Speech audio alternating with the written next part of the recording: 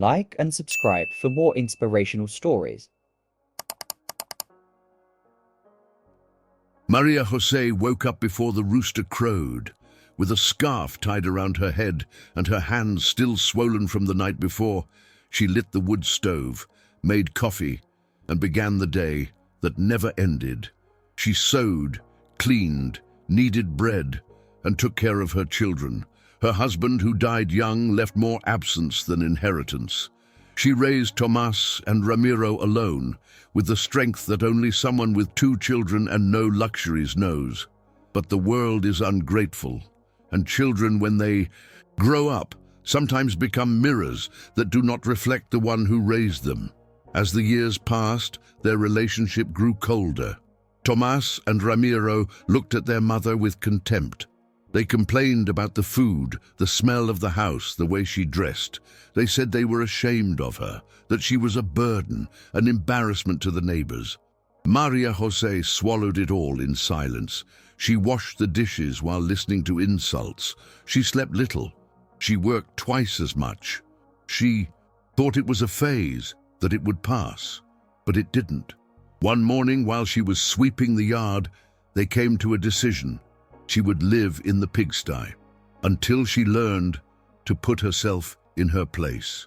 At the back of the yard, among the mud, rotten wood, and the strong smell of pigs, was where she began to live. Without a mattress, without a blanket, she ate scraps thrown into a bucket. Her children told her that this was so she could learn to be grateful, and she, as if she no longer knew what to feel, kept quiet. In the first week, she tried to run away. She was caught before she could cross the gate and pushed back with screams and laughter. Her world became a pen where time passed without a clock, only with pain. On her second attempt, she waited until dawn. It was raining lightly and the mud was knee-deep. She escaped through a hole in the fence, her body trembling and her heart racing. She walked aimlessly for hours until she fell unconscious in the middle of a dirt road.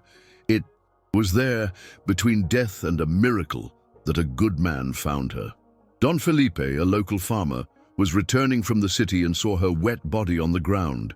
He stopped the car, ran out, and without asking any questions, covered her with his coat and took her with him. For the first time in a long time, someone looked at her with compassion. She woke up in a simple bed with the smell of soap and freshly brewed coffee. Her entire body ached, but her soul seemed to breathe differently. Don Felipe didn't ask questions. He just took care of her. He changed her bandages, made soup, and left space when he saw that she needed to be quiet. In the first few days, Maria José barely spoke. Then, little by little, she began to tell him, not everything, but enough. And instead of judging, he just listened. He said that in life, there are people who get beaten up and still learn to heal others. When she could walk steadily, she began to help out on the farm, first by washing clothes, then by cooking for the farmhands, until one day Don Felipe said, "You can do much more than you think." And he gave her the key to the pantry and the management of the house. She learned quickly. She knew how to do with little, to calculate, to foresee, to care. And where before there was fear, now there was movement. The laughter began to return to her face. A short but real laugh. Don Felipe noticed this from afar and smiled along with it. Over time, her presence began to be noticed by everyone on the farm. She was firm but kind. She knew the name of each employee, the taste of each coffee, the right way to solve a problem without raising her voice. Don Felipe, who was a widower, began to count on her not only for the work, but also for making decisions. And it was there, between one delivery and another, that affection was born. Without rushing, without announcement. Just 2 hearts that recognized each other in pain and found each other in rebuilding. She, who had been called trash, was now called the lady of the house. It didn't happen overnight, but she gradually became part of that land. She learned about cattle, about the weather, about business. And more than that, she learned to trust herself again. Don Felipe once said, looking into her eyes. "You saved more than my house. You saved my faith in humanity." She looked down, not knowing what to say. But that night, for the first time in many years, she slept with the window open and without fear. Outside, the crickets sang. Inside her, her soul did too. One morning, when the sun was shining brightly, a strange noise at the gate caught her attention. Two ragged men, their heads down, dirty from the road, asked for shelter. Maria José came out of the kitchen with her hands still full of flour. When her eyes fell on their faces, the world stopped. Tomás and Ramiro, the children who had thrown her into the pigsty. Now they were there, hungry, broken, asking for help. She didn't scream, she didn't cry. She just wiped her hands on her apron, took a deep breath and said, "Come in, there's water and food." They ate in silence. Embarrassment kept them from looking up from the table. Maria José watched every gesture, every tremor. Don Felipe arrived and understood everything in her eyes. They talked separately, and he respected her decision. They could both stay, but they would have to work. And they would have no privileges. They would be treated like any other farmhand. She didn't want them to be humiliated. She wanted them to learn, not through pain, but through effort, not through guilt, but through sweat. On the first day, they were put to work cleaning the corral. The same type of work that they had previously found undignified. Now it was what saved their own dignity. The other workers, who already knew the story, didn't make it easy. Hard looks, muffled laughter, silence during breaks. Maria José watched it all from afar, her heart divided between the instinct to protect and the decision to let them learn. And they, calloused their hands for the first time, began to understand what she had lived through for years. The weeks passed and their bodies changed. Their posture, their gaze, their way of asking and thanking. Ramiro, the most arrogant, was the first to apologize, but still in a stiff manner. Tomás took longer, but when he finally spoke, it was with tears in his eyes. Maria José did not melt at the time. She simply listened, nodded, and went back to making bread. It was not coldness, it was firmness. They needed to understand that a mother's forgiveness is right, but respect needs to be built.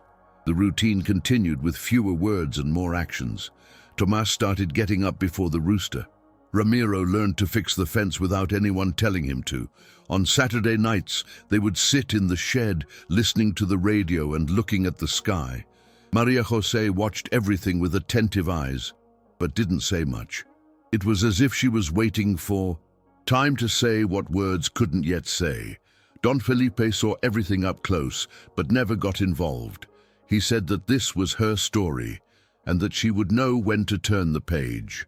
One day, Ramiro saw his mother sewing by the stove. He sat on the floor, picked up one of the pieces and asked if he could help. She didn't answer right away, but held out one of the pieces of cloth and said, "Start basting." The thread trembled in his hand. Tomás, on the other side, was carrying firewood. They looked at each other for the first time without weight. It was little, but it was real. And there, in the silence of that kitchen with the smell of coffee and bread in the oven, the three of them were together again. Not as before, but as they could be from now on. Months passed, and the farm prospered. The crops were growing well, the cattle were growing strong, and harmony spread like sunshine on wet land. Maria José now also took care of the farm's books, organized the stocks, and helped with harvest decisions. Her sons, in turn, were already respected by others, not for who they were, but for who they were becoming. Sometimes a farmhand would comment, "They are different men." And it was true, because it wasn't time that changed them, it was work, and their mother's example. Don Felipe, with a calm heart, asked Maria José to marry him one late afternoon under the mango tree where they used to talk. She smiled, with the calm of someone who had not expected it, but who, deservedly, welcomed it. The ceremony was simple on the porch of the house with sunflowers and cornmeal cake. Tomás and Ramiro were there, wearing borrowed suits and with tears in their eyes. For the first time, they said out loud, "You are our pride." Maria José held their hands tightly, and in that gesture she sealed what time had patiently sewn together. After the wedding, the house gained a new soul. The smell of food on the wood stove mixed with the laughter coming from the porch. Tomás took care of the mechanical side of the farm, while Ramiro dedicated himself to the harvest and raising chickens. On Sundays, everyone ate together, including the farmhands. Maria José made sure the table was full, but what mattered most was respect. No chair there was mandatory. Everyone was there because they wanted to be, and that for her was a greater victory than any land. She began writing letters, with no intention of sending them. She wrote to the past, to herself, to what was left behind. She recounted the days she spent in the pigsty, but without hatred. She spoke of her pain naturally, as if she knew that even mud played a role in history. In one of her letters, she wrote, "The mud they threw me into was the same one where I planted my roots. It wasn't the end, it was the beginning of me." She kept the letters in a wooden box next to her hair ribbons and a faded photo of her husband. It was her way of not forgetting and of moving on. On a cloudy afternoon, Maria José sat on the porch with a notebook on her lap. She called Tomás and Ramiro, who dropped what they were doing and came over without hesitation. She handed each of them a letter. "Read it when I'm not around, and don't cry, because my life didn't end sadly." They both swallowed hard. She smiled with her eyes, like she used to when they were little. Then she slowly got up, adjusted her headscarf, and went into the kitchen, where the smell of cornbread was already beginning to fill the air. Days later, as the sun slowly set behind the hills, she sat in the rocking chair, looked around, and sighed deeply. The farm was buzzing with life. The radio played softly, and a chicken scurried across the yard. She closed her eyes right there, with the peace of someone who had been stepped on and turned into fertile soil. When they found her, she was serene. In her hands was one of the letters she had written to herself. "If someone ever asks who I was, tell them I was a woman of clay, but of faith, and that I flourished in the place where they buried me." On the day of the wake, neighbors, former bosses, farmhands from other farms, people who had only heard of Maria José came. Everyone wanted to say goodbye. There was no luxury, but there was beauty. Her children organized everything with their own hands: flowers from the garden, strong coffee on the stove, and a simple altar with cloths she had embroidered herself. Don Felipe, his hair already white, held one of the letters as he spoke. Softly, "She didn't die, she spread," and it was true, because even the silence on that farm seemed to carry her voice. Sometime later, Tomás and Ramiro erected a small plaque on the entrance gate. It read, "Raíces de María Farm." It wasn't a tribute, it was a confession. There they understood what it means to be a man, what it means to have a mother, what it means to start over. The farm grew and became a reference, but it never lost its simplicity. Children ran through the dirt paths, old. People told stories in the shade of the mango tree, and the rocking chair on the porch remained empty, but never forgotten. Because some stories never end. They are only planted in the hearts of others.